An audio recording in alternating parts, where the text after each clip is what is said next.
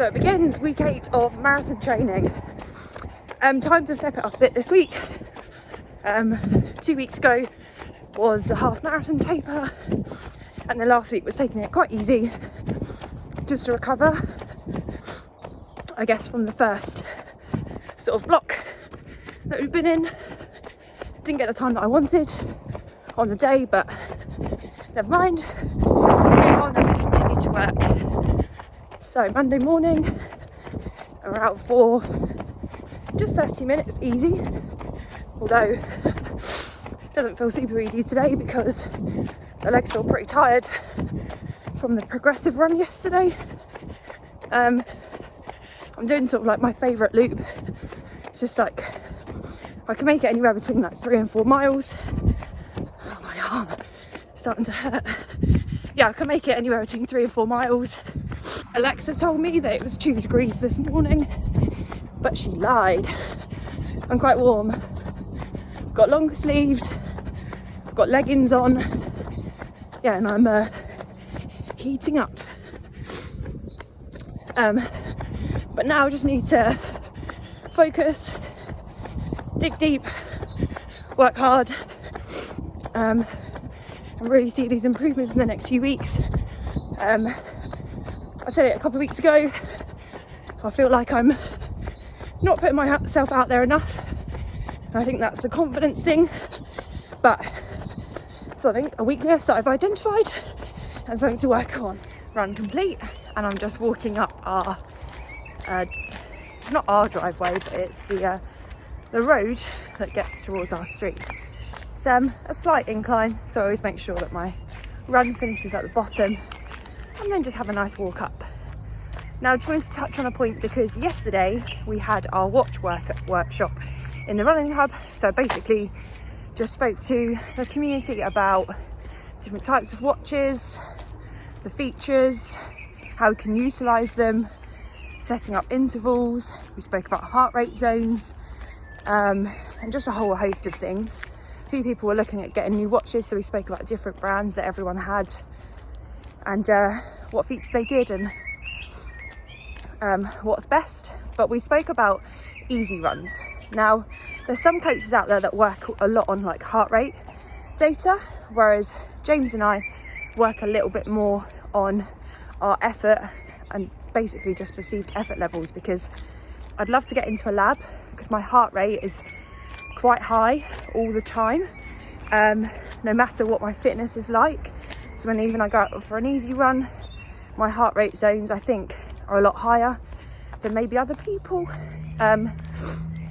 So I just work a lot on effort base, so I know what's easy, I know what's hard, and I know how hard I can really push myself.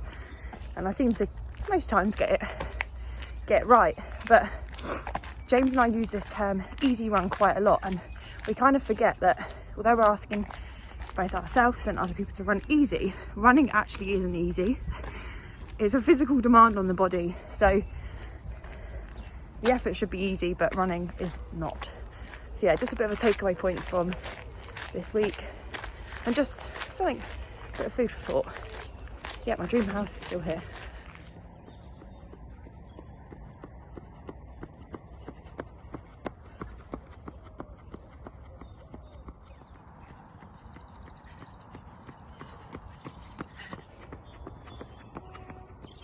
Feels like a filter is needed for today. However, I'm really proud of myself.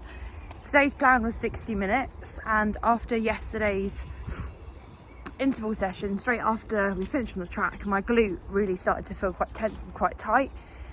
We only did a really short cool down because of time and having to get back home, most of us getting back for work commitments. So I thought, oh, today's going to be a struggle.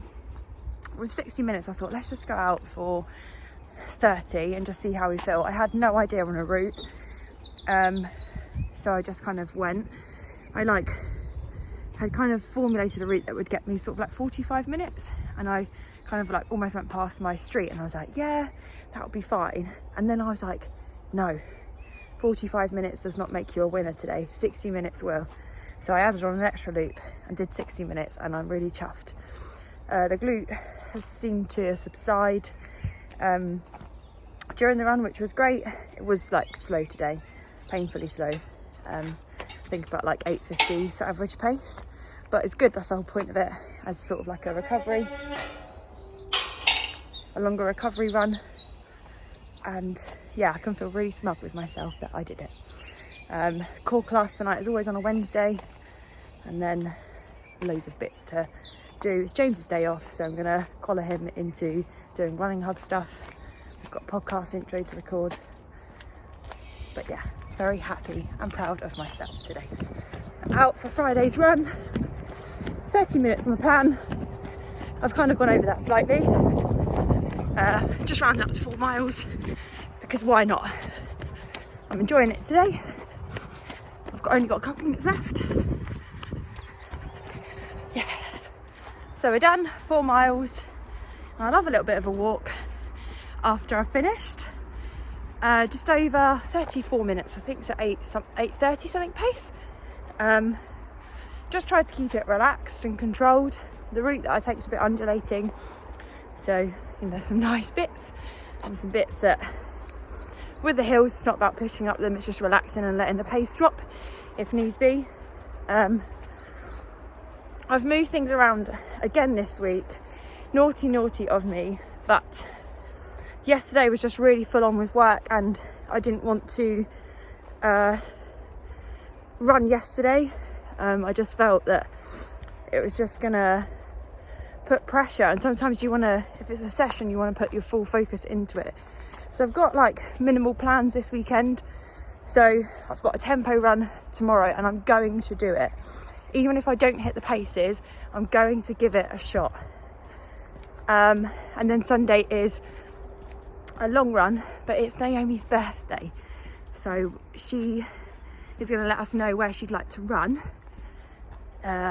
because it's her choice. So if there's a particular location she wants to run, it's a longer one because the other 3 girls, they're training for an ultra and I'm training for my marathon.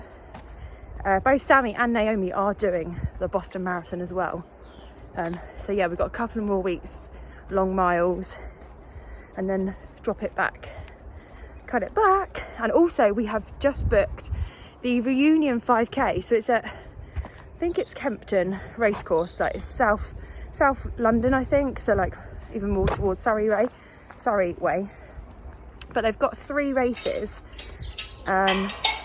one in the morning, one in the afternoon, or one mid-morning and one afternoon.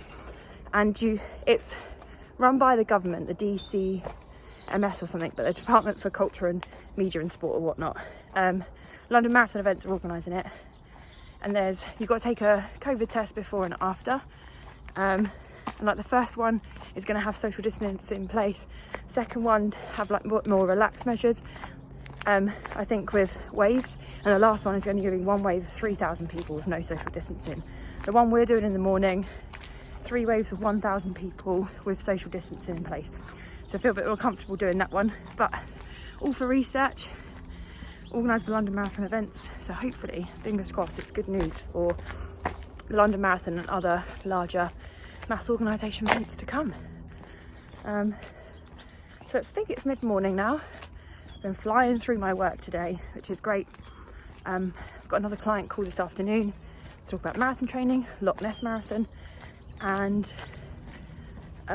this afternoon I'm going out to do some shopping for some wedding stuff.